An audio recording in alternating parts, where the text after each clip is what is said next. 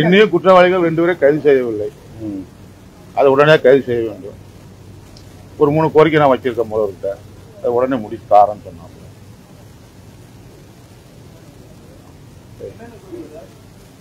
கோரிக்கை வச்சிருக்காங்க, எழுதி கொடுக்கும். இன்னொரு தம்பி இருக்காரு பையன், அவருக்கு ஒரு அரசு வேலை வாய்ப்பு கேட்டிருக்காரு. மனைவி வந்து வேலை பார்க்காம ஒரு பக்கத்தில் டிரான்ஸ்ஃபர் கட்டு. குற்றவாளிகளை விரைந்து கைது செய்ய வேண்டும். இன்னும் கூலிப்படாது.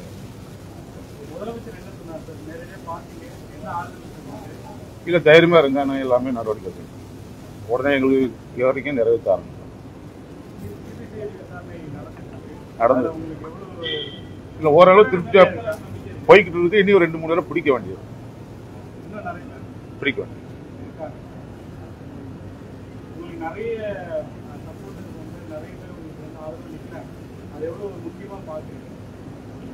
இல்ல அவங்க ஆதரவு தானே. நானும் கொஞ்சம் தைரியமாவும் இருக்கேன்.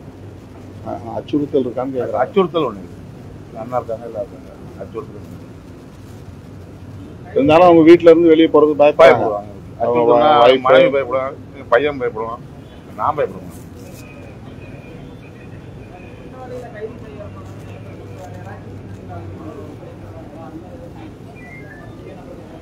இல்ல தடுப்பதற்கு சொல்லியிருக்கா, யாரும் சொல்லி.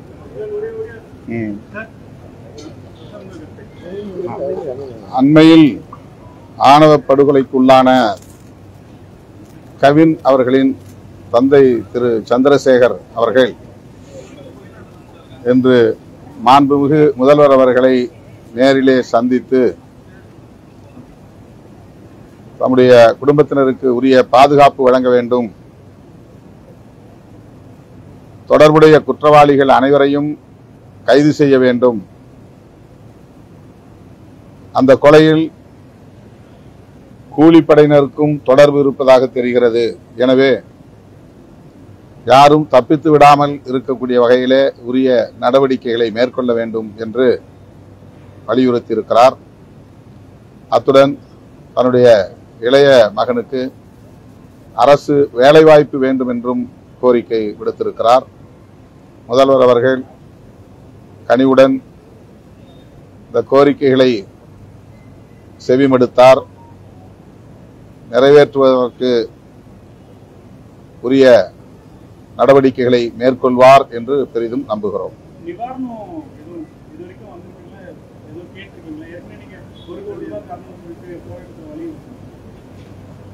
இன்னைக்கு இந்த 2-3 கோரிக்கைகளைத்தான் கவின் குடும்பத்தின் சார்பிலே வைக்கப்பட்டது.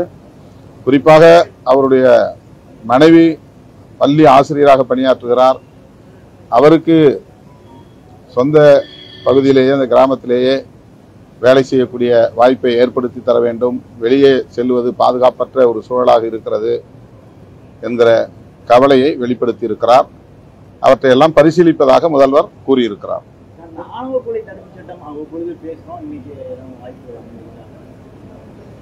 இந்த சந்திப்பில் அதை பற்றி நாங்கள் பேசவில்லை. அது ஒரு அரசியல் கோரிக்கை. இப்போதைக்கு இன்றைக்கு கவின் குடும்பத்தை சார்ந்தவர்கள் முன்வைத்த கோரிக்கைகளை மட்டுமே முதல்வரிடத்தில் நாங்கள் பேசியிருக்கிறோம். ஆணவ கொலைகள் தடுப்பு சட்டம் இயற்ற வேண்டும் என்பதில் விடுதலை சிறுத்தைகள் கட்சி தொடர்ந்து உறுதியாக இருக்கிறோம், வலியுறுத்தி வருகிறோம். மாநில அரசுக்கும் அந்த அதிகாரம் இருக்கிறது என்பதை ஏற்கனவே நாங்கள் சுட்டிக்காட்டியிருக்கிறோம். ஆர்ப்பாட்டங்களையும் நடத்தியிருக்கிறோம். அது மட்டுமில்லாமல் விடுதலை சிறுத்தைகள் கட்சியின் சார்பில் சில கோரிக்கை மனுக்களை வழங்கியிருக்கிறோம். குறிப்பாக கல்லுடைக்கும் தொழிலாளர்களுக்கு தனி வாரியம் அமைக்க வேண்டும் என்கிற கோரிக்கை மனு, அதேபோல மின்சாரத்துறையில் அந்த வாரியத்தில் பொறியியல் பட்டம், பட்டயப்படிப்பு டிப்ளமோ மற்றும் தொழிற்பயிற்சி பட்டயப்படிப்பு ITI, அப்ரண்டிஸ்ஷிப் போன்றவற்றை முடித்துவிட்டு தேர்ச்சி பெற்றுள்ள அனைவருக்கும் கலைஞர் அவர்களால் பிறப்பிக்கப்பட்ட ஆணையின் அடிப்படையில் தொழில் பழகுனருக்கு வேலைவாய்ப்பில் 50% இடஒதுக்கீடு மற்றும் ஆட்தேர்வின் போது நேரடி நேர்காணல் மூலம் பணி நியமனம் செய்ய வேண்டும் என அறிவிக்கப்பட்டது.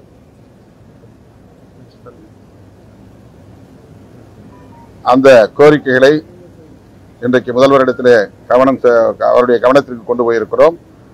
தொழில் பழகுனர் பயிற்சி முடித்தவர்களுக்கு ஆட்தேர்வின் போது கொள்கை ரீதியாக குறைந்தபட்சம் 50% இடஒதுக்கீடு வழங்க வேண்டும் அப்படிங்கிற கோரிக்கை வச்சிருக்கிறோம். ரெண்டாவது வந்து கல்லுடைக்கும் தொழிலாளர்களுக்கு தனி வாரியம். மூன்றாவது வந்து இந்த நோய் தொற்று காலத்தில் பணியாற்றிய கொரோனா காலத்தில் பணியாற்றிய 1000 பேருக்கு செவிலியர்களாக பணியாற்றிய துப்புரவு பணியாளர்களாக பணியாற்றிய 1000 பேருக்கு அரசு மருத்துவமனைகளில் வேலைவாய்ப்பு வழங்க வேண்டும், பணி நிரந்தரம் செய்ய வேண்டும் என்கிற கோரிக்கையை முன்வைத்திருக்கிறோம். அதுபோல நுகர்பொருள் கழகத்தில், தமிழ்நாடு நுகர்பொருள் வாணிப கழகத்தில் 10,000 பேர் பணியாற்றி ஓய்வு பெற்றுள்ளனர். அவர்களுக்கு குறைந்தபட்ச கருணைத் தொகை 7,500 வழங்கப்படவில்லை. அதனை வழங்க வேண்டும் என்ற கோரிக்கை மனுவை வழங்கியிருக்கிறோம். அதுபோல டிஇடி தேர்ச்சி, அதாவது ஆசிரியர் தகுதி தேர்வில் தேர்ச்சி பெற்றவர்கள் ஆயிரக்கணக்கானோர் 13 ஆண்டுகளாக காத்திருக்கிறார்கள். இப்போது 2457 காலி பணியிடங்கள் மட்டும் நிரப்பப்படுவதாக அறிவிக்கப்பட்டு உள்ளது.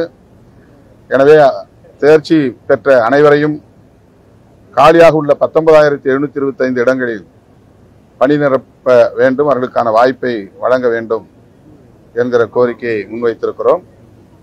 அதுபோல கன்னியாகுமரி மாவட்டத்தில் காணாமல் போனவர்கள் 11 பேர், அவர்கள் மீன்பிடி படகுகள்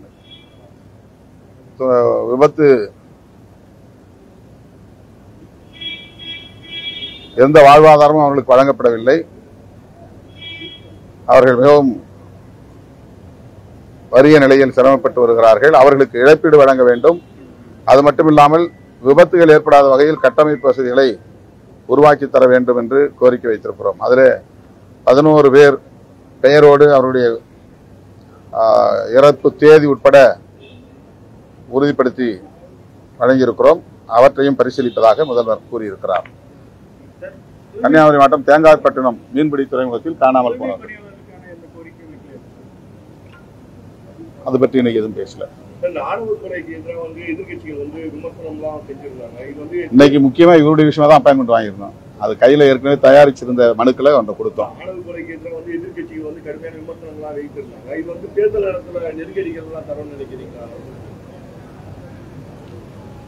இல்ல இது வந்து மிகவும் முக்கியத்துவம் வாய்ந்த ஒரு கோரிக்கை. இதை தேர்தல் அரசியலோடு பொருத்தி பார்க்க கூடாது. சமூகத்தில் நிலவுகிற கொடிய நோய்களுள் சாதி அடிப்படையிலான இந்த ஆணவ கொலைகள். எனவே அதனை தடுக்க வேண்டிய பொறுப்பு ஆட்சியாளர்கள் யாராக இருந்தாலும் அவர்களுக்கு உள்ளது. அந்த அடிப்படையில் இந்த கோரிக்கையை நாங்கள் தொடர்ந்து வலியுறுத்தி வருகிறோம். தூய்மை பணியாளர்கள் விஷயத்தில் நான் ஏற்கனவே சொன்னது, சில பேர் தவறாக புரிந்து கொண்டு விமர்சிக்கிறார்கள். அரசாணை 152 பிறப்பிக்கப்பட்ட நாளில் இருந்து அதை திரும்ப பெற வேண்டும், தனியார் மயம் செய்யக்கூடாது, அவர்களை NULM ஸ்கீம் என்கிற அடிப்படையிலேயே பணியில் பணியாற்றுவதற்கு அனுமதிக்க வேண்டும் என்கிற கோரிக்கையை நாங்கள் வலியுறுத்தி பல போராட்டங்களை நடத்தியிருக்கிறோம். பணி நிரந்தரம் செய்வதையும் நாங்கள் வலியுறுத்தி இருக்கிறோம். ஆனால் அந்த தொழில் ஒரு குறிப்பிட்ட சமூகத்தினருக்கானது என்கிற வகையிலே நிரந்தரப்படுத்திவிடக் கூடாது என்று தொலைநோக்கு பார்வையோடு சுட்டிக்காட்டியிருக்கிறோம். அதை எந்திரமயமாக்க வேண்டும். தொழில்நுட்ப வளர்ச்சியை பயன்படுத்தி யாரும் அந்த தொழில்நுட்பத்தை கற்றுக்கொள்கிற யாரும் அந்த பணியை செய்யலாம் என்கிற ஒரு சூழலை உருவாக்க வேண்டும். அதை நோக்கி அரசு இயங்க வேண்டும் என்பதை சுட்டிக்காட்டினோம். பணி நிரந்தரம் செய்வது ஒரு கோரிக்கை, அதிலே எங்களுக்கு எந்த மாற்று கருத்தும் இல்லை. ஆனால் ஒரு குறிப்பிட்ட சமூகத்தினருக்கான தொழிலாகவே அது நிரந்தரப்படுத்தப்பட்டு விடக்கூடாது, அதை எந்திரமயப்படுத்த வேண்டும். இது தொலைநோக்கு பார்வையோடு அணுகப்பட வேண்டிய ஒன்று. இதைத்தான் அப்போது நான் குறிப்பிட்டேன். தவறாக அது திரிக்கப்பட்டது. தூய்மை பணியாளர்களுக்கு எதிராக நாங்கள் பேசுகிறோம் என்பதை போன்ற ஒரு கருத்து பரப்பப்பட்டது. அது உண்மை அல்ல.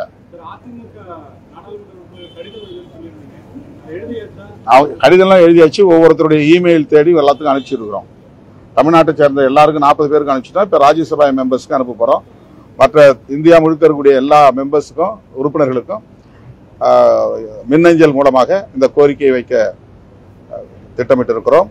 சுதர்ஷன் ரெட்டி அவர்கள் மனித உரிமை ஆர்வலர், அரசமைப்பு சட்டத்தின் அடிப்படை கூறுகளை பாதுகாக்க வேண்டும் என்பதில் அக்கறை உள்ளவர். அவர்தான் குடியரசு துணைத் தலைவராக தேர்ந்தெடுக்கப்பட வேண்டும்.